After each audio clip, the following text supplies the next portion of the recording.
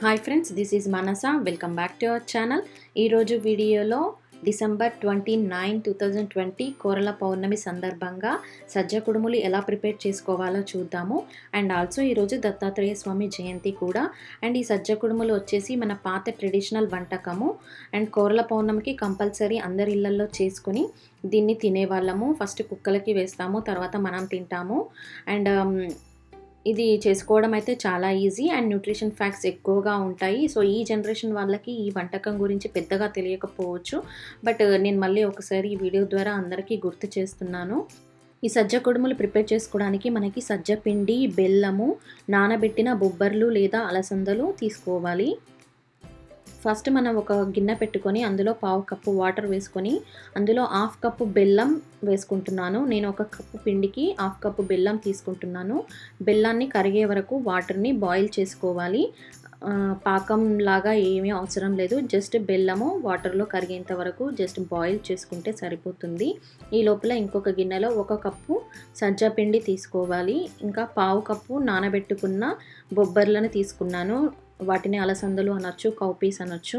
సజ్జ పిండి మీ దగ్గర ఇలా పిండి దొరికితే అది వాడుకోవచ్చు, లేకపోతే సజ్జలను మరపట్టించుకొని ఆ పిండిని వాడుకోండి. నేను డైరెక్ట్ పిండిని వాడుతున్నాను ఈరోజు.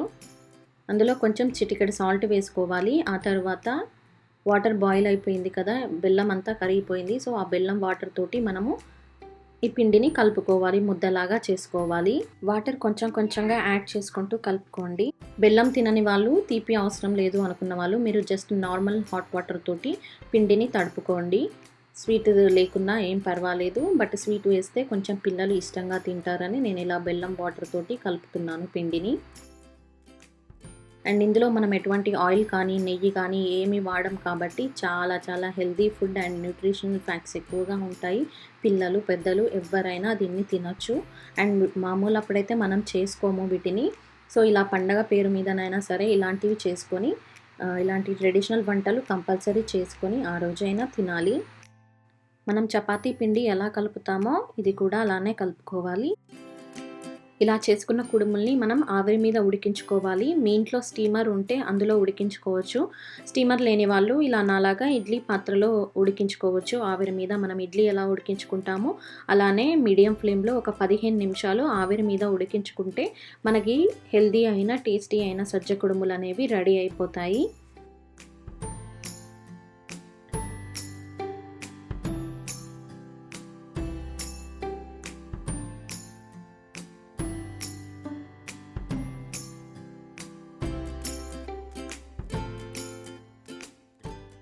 అలా 15 నిమిషాలు ఆవిరి మీద ఉడికించుకుంటే మనకి సజ్జ కుడుములు రెడీ అయిపోతాయి.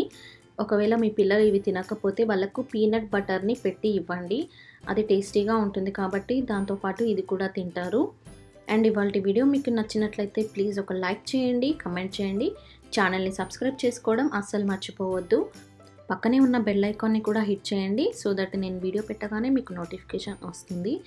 Follow me on Instagram. Thank you for watching. Bye.